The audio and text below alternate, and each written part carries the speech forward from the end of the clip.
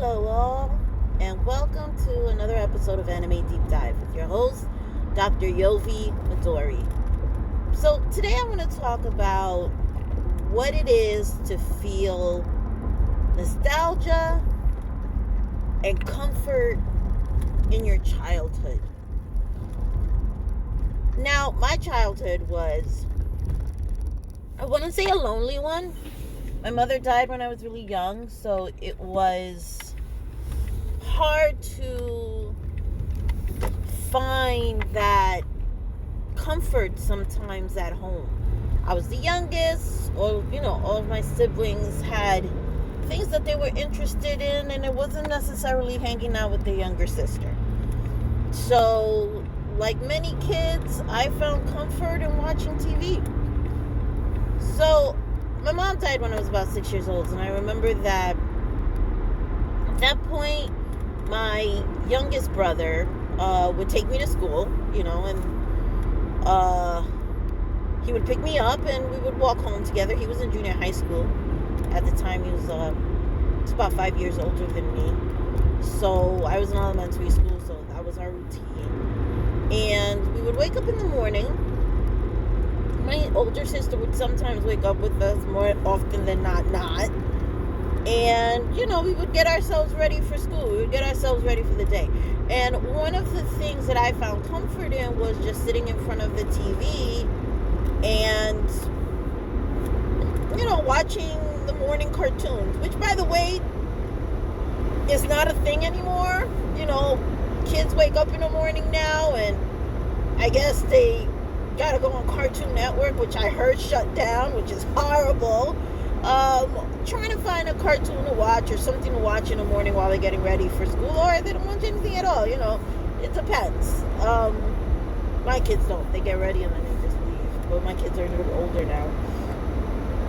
But I used to sit in front of the TV, and the two, animes that I used to watch on a consistent basis was Sailor Moon, which I think many people in my age range that watch anime kind of grew up on, and Voltron, which, like I mentioned in my first episode, is like a Gundam anime, which, by the way, I read an article that Henry Cavill, the guy who used to be Superman, is actually going to be in a movie based on Voltron, so I'm pretty excited.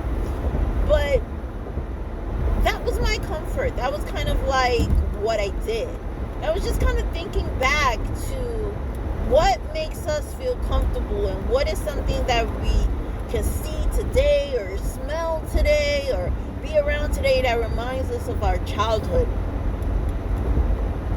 I remember sitting in front of the TV and watching Voltron. And Voltron, mech anime, it was like these 5 friends. Each one of them operated a certain portion of this mech robot that, would fight evil. They would, one handled the left hand, one handled the right hand. Somebody handled the head, the legs, and then they came together and they would build Voltron. And it was an awesome anime because of the concept of friendship and the way that they helped each other and got to know each other.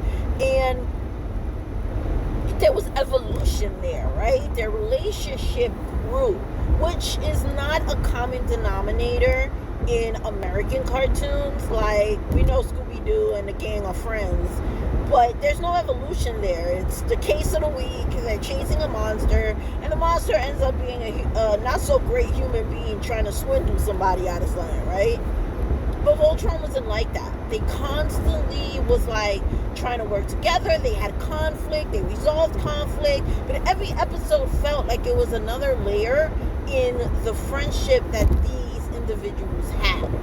And I love that. I think that's why I'm so gravitated towards Stephen King books, because for the majority of his books, there's this like ragtag team of people that come together, and not only do they form a friendship, but they're all, trying to get to a common goal, which in Stephen King books is usually defeating an evil. So it's I think, and the way that he cultivates relationships are like amazing.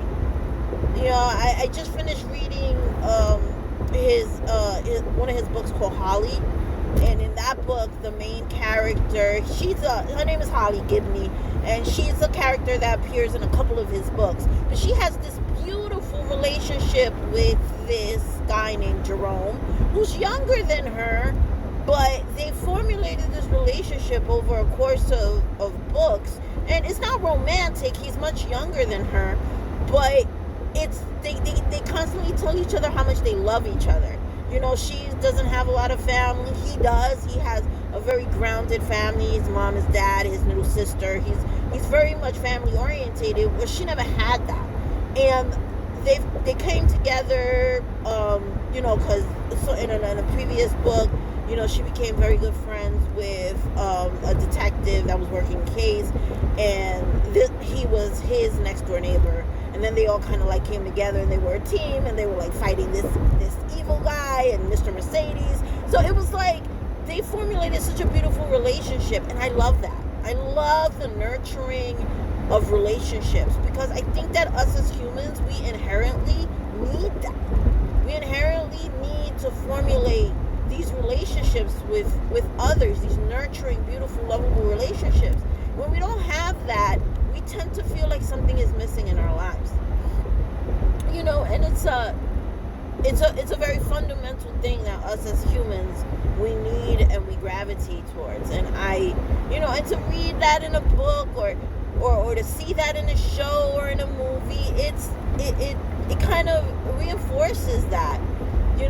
And I think that as a kid, I realized how somewhat isolated I was. So when I gravitated towards things, it was usually those kind of concepts.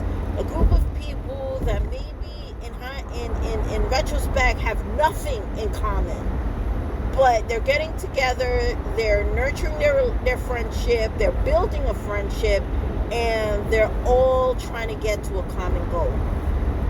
So I guess, waking up this morning and trying to get to work, I was thinking about that. Thinking about seeing that beautiful concept being cultivated in my children. And just loving having a family.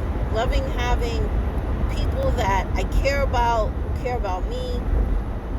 And just being around them. And I'm feeling grateful. And loving the fact that all of my children enjoy the love and enjoy the concept of anime just as much as I do. My son keeps trying to get me to watch it's a boxing anime on Netflix. Hijimi no Ippo, I think it's called. He swears by it, which I'm not much of a sports anime kind of person. I think that the last sport anime I watched was, God, did I ever even watch a sport? I haven't even watched Haikyuu, which a lot of people do. You haven't watched that? Or Free, which used to be the anime many moons back. But I enjoyed just standing there and hearing him tell me about the episodes and how much he likes it. Right now, my boys are watching Yu Yu Hakusho, and I'm I remember watching that anime, and every time I'm putting them to bed, and we're talking to the end of the night, I'm like, hey, did you get to this part yet? And he's like, Mom, don't ruin it for us, and it's just another layer to seeing their childhood through my eyes, and also them enjoying what that looks like and having a shared connection with them. So I was thinking about my childhood and how isolated I was, because I really didn't have that shared connection. And sometimes we talk about it, how when we're kids or us liking anime was often maybe a topic of contention. Our friends didn't watch it, they weren't into it, they would call us nerds, they never understood why we liked it. I mean, I've always been that, even today, so I'd be sitting around with my girlfriends, and they're talking about those R&B reality shows on VH1 and MTV back in the day, Love and Hip Hop. or Black Ink or any of those shows. And I'm like, well, did you see the latest episode of Boruto? So I've always felt that disconnect sometimes out there in the world, but at home I don't feel that, and it's comforting, and it takes me back to my childhood and how I felt and how blessed I am not to feel that way anymore. So all of you guys have an amazing day, and I will see you guys in the next episode of Anime Deep Dive. See you all later.